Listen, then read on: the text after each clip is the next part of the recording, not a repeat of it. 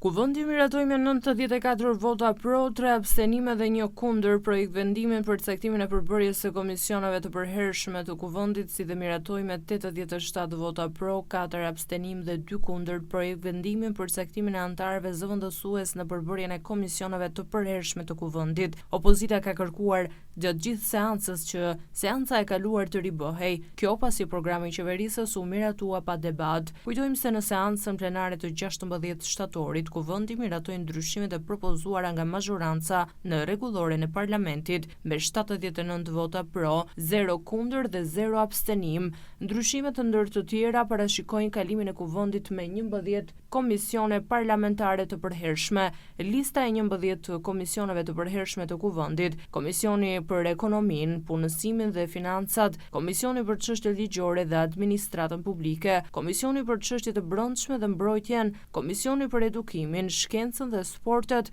Komisioni për Shëndetësinë dhe Mirëqenien Sociale, Komisioni për Burimet Natyrore, Infrastrukturën dhe Zhvillimin e Qëndrueshëm, Komisioni për të Drejtat e Njeriut dhe Mjetet e Informimit Publik, Komisioni për Bujqësinë, Ushqimin dhe Zhvillimin Rural, Komisioni për Kulturën, Turizmin dhe Diasporën, Komisioni për Europën dhe Punët e Jashtme dhe Komisioni për Nismat Qytetare, Bashkëpunimin dhe Mbikëqyrjen Institucionale.